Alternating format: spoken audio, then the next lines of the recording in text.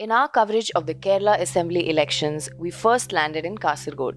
This time, as Kerala goes to polls, Manjeshwaram is a constituency that everyone, especially the BJP, will have their eyes on. Manjeshwaram is a small constituency in Kasaragod located along the lush green border of Kerala and Karnataka. Manjeshwaram എന്ന് പറഞ്ഞാൽ കേരളത്തിൽ ഇന്ത്യയിൽ തന്നെ ഒരു അപരൂപമായുള്ളൊരു സ്ഥലമാണ്. പല ഭാഷകൾ, പല സംസ്കാരങ്ങൾ, പല വൈവിധ്യമാർന്ന ജനങ്ങൾ, പല എല്ലാം കൂടി ഒരു കൾച്ചറൽ ഒരു യൂണിറ്റി ഇൻ ഡൈവേഴ്സിറ്റി എന്ന് പറയുന്നൊരു കാര്യമായൊരു ഏരിയയാണ് ഈ മഞ്ചേശ്വരം. കേരളത്തിലേക്ക് ഒരാൾ കടന്നു വരുമ്പോൾ കേരളത്തിൻ്റെ എൻട്രൻസ് എന്ന് പറയുന്നത് തലപ്പാടിയാണ്. മഞ്ചേശ്വരം പഞ്ചായത്തിൻ്റെ ആ കവാടം കേരളത്തിലേക്ക് കടന്നു വരുന്ന ഓരോ ആളുകൾക്കും നൽകുന്നൊരു സന്ദേശമുണ്ട്. ആദ്യം ഒരു കേരളത്തിലേക്ക് വരുന്ന ഒരാൾ കാണുന്നത് ശ്രീ അരസുകൃപ മഞ്ചേശ്വര ക്ഷേത്രം എന്ന് പറയുന്ന ഇവിടുത്തെ ഹിന്ദു മതവിശ്വാസികളുടെ ഏറ്റവും വലിയ ക്ഷേത്രം. അതിൻ്റെ തൊട്ടടുത്താണ് മുസ്ലിമീങ്ങളുടെ 1000 ജമാഅത്ത് എന്ന് പറയുന്നൊരു പള്ളി.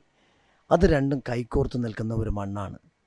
ഇവിടുത്തെ രാഷ്ട്രീയ ഗോവിന്ദപ്പൈ, യക്ഷഗാനം എന്ന് പറയുന്ന കലക്കജന പാർട്ടിസം, അങ്ങനെ ഒരുപാട് സംസ്കാരങ്ങളും കലകളൊക്കെ വല്ലാണ്ട് ഇന്ത്യൻ മതേതരത്വത്തിൻ്റെ നിരവധി കഥകൾ പറയുന്ന ഒരു മണ്ണാണ് Manjeshwaram. While this is an IUML stronghold, BJP came very close to victory in 2016 when K. Surendran lost by just 89 votes, which is why the BJP is certain that this time they do have a winning chance. Manjeshwaram we lost for since 89 votes last. So that incident was widely discussed in Kerala last 5 years.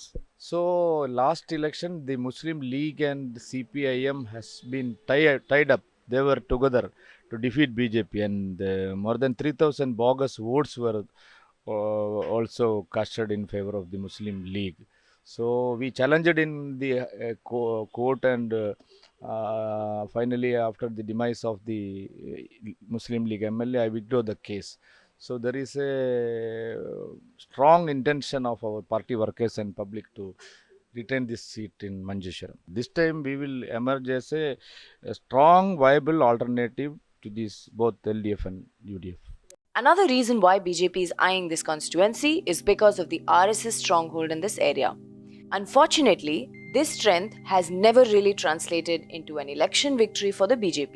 ജനം ആർഎസ്എസിനെ അല്ല ആഗ്രഹിക്കുന്നത്, BJP അല്ല ആഗ്രഹിക്കുന്നത്. ഇവിടെ വർഗീയതക്കല്ല, വർഗീയത വേണ്ട, വർഗീയതക്ക് പറ്റിയൊരു മണ്ണല്ല Keralam.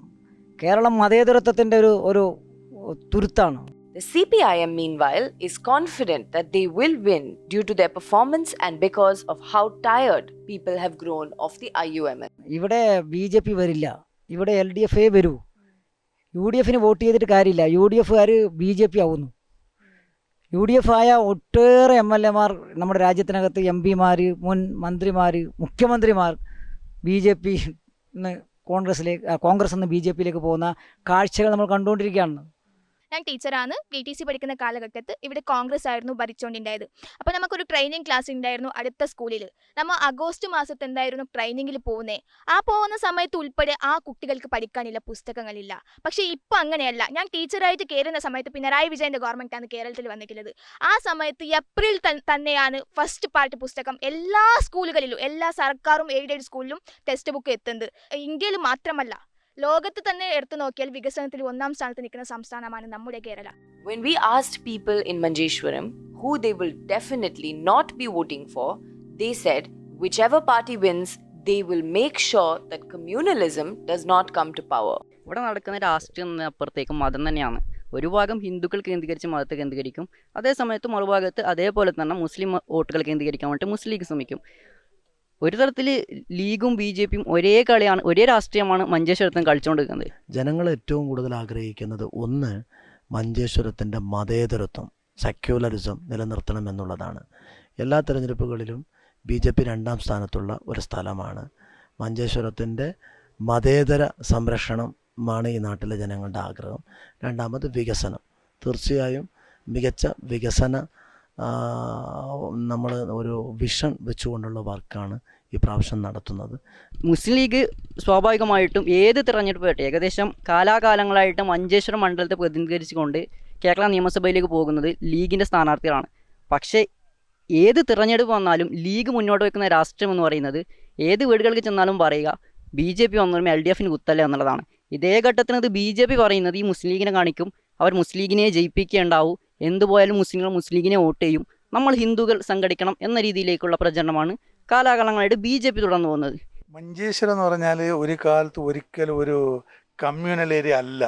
രാഷ്ട്രീയക്കാരാണ് കമ്മ്യൂണലാക്കിയത്. Politicians വന്നിട്ട് ഇവിടെ നമ്മളെ ഡിവൈഡ് ആക്കി എന്നല്ല, ഡിവൈഡ് ആൻഡ് റൂൾ എന്നുള്ള ആ ഒരു തത്വം കൊണ്ട് Manjeshwaram originally they are not communal. In fact, many people told us that it was the citizenship amendment issue that made it clear that they will not be voting for the BJP. CIൻ്റെ എന്ന് പറഞ്ഞാൽ ചുരുക്കത്തിൽ CIൻ്റെ പ്രശ്നത്തിൽ അത് ഒന്നും നടക്കില്ല എന്ന് എല്ലാവർക്കും അറിയാം. CIയിൽ എല്ലാവരും ഇത്ര ആൾക്കാരെ ഓടിച്ചിട്ട് ഇനി ഇവിടെ അപ്പോൾ അത് ഒരു പൊളിറ്റിക്കൽ ഗെയിമാണെന്ന് എല്ലാവരും മനസ്സിലാക്കിയിന്. പിന്നെ അതിന് കൂടുതലും ഹിന്ദുക്കളാണ് സപ്പോർട്ട് ചെയ്തത്. അതിനുള്ള കൂടുതലും കർണാടകയിൽ നിന്ന് വന്ന വലിയ മറ്റേ ഹിന്ദു ലീഡേഴ്സ് വന്നിട്ട് ഇവിടെ സപ്പോർട്ട് ചെയ്തിരുന്നു. ഇന്നലെ നിങ്ങളൊന്നും ആരും പേടിക്കണ്ട, ഞങ്ങളൊക്കെ ഉണ്ട്, ആദ്യം പുറത്താക്കാൻ ഞങ്ങൾ സപ്പോർട്ട് ചെയ്തു എന്ന് പറഞ്ഞാൽ they supported the Muslim community and told them not to be worried. മുസ്ലിം കമ്മ്യൂണിറ്റിനോട് ഹിന്ദുവിൻ്റെ വലിയ ലീഡേഴ്സൊക്കെ വന്ന് ഇവിടെ പറഞ്ഞു, നിങ്ങൾ അങ്ങനെ ഒന്നും പേടിക്കണ്ട, അങ്ങനെ ഒന്നും ചെയ്യൂല. But the BJP has a very different take on being accused of communalism and the CAA issue. Always this type of baseless allegations are coming out. Since last 4 years, Karnataka is ruling by the BJP. Where is the communal issue? CAA വന്നാലും CAA മുസ്ലിംസിനെ ഇവിടുന്ന് പോകണമെന്ന് പറയുന്നില്ല. അതിലുള്ളത് ഇവർക്ക് അറിയില്ല, അത് വായിക്കുന്നില്ല. അവർക്ക് പറഞ്ഞു കൊടുക്കുന്നത് മാത്രമേ അവർ ഇതാക്കും. ഈ വോട്ട് ബാങ്ക് അവരെ ലീഡർമാർ വോട്ട് ബാങ്ക് ആയിക്കൊണ്ട് ജനങ്ങളെ പേടിപ്പിക്കുന്നു, അതേ ഉള്ളൂ. പിന്നെ മുസ്ലിംസ് BJP ഇഷ്ടംപോലെ മുസ്ലിംസ് ഉണ്ട്, എല്ലാ സ്ഥലത്തും ഉണ്ട്. ഇവിടെ മാത്രമേ കുറവ്. ഒരു പ്രാവശ്യം അവർ MLA വന്നാലും പിന്നെ ജനങ്ങൾക്ക് അറിയാം സംഗതി എന്താണ് സെക്യുലറിസം. ഒരു മതത്തെ പുകഴ്ത്തുകയും ഒരു മതത്തെ ഇകഴ്ത്തുകയും ചെയ്യുന്നതാണോ സെക്യുലറിസം? അല്ല.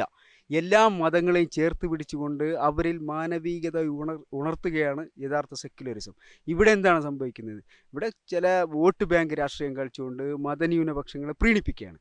അത് ഹൈന്ദവ സംസ്കാരങ്ങൾക്കും ഹിന്ദുക്കൾക്കെതിരായിട്ട് ഭൂരിപക്ഷ സമുദായത്തിനെതിരായിട്ട് യാതൊരു തരത്തിലുള്ള ഒരു സർക്കാരിൻ്റെ ഭാഗത്തുനിന്ന് ഒരു ആനുകൂല്യമോ മറ്റുള്ള യാതൊരു കാര്യങ്ങളും ലഭിക്കുന്നില്ല.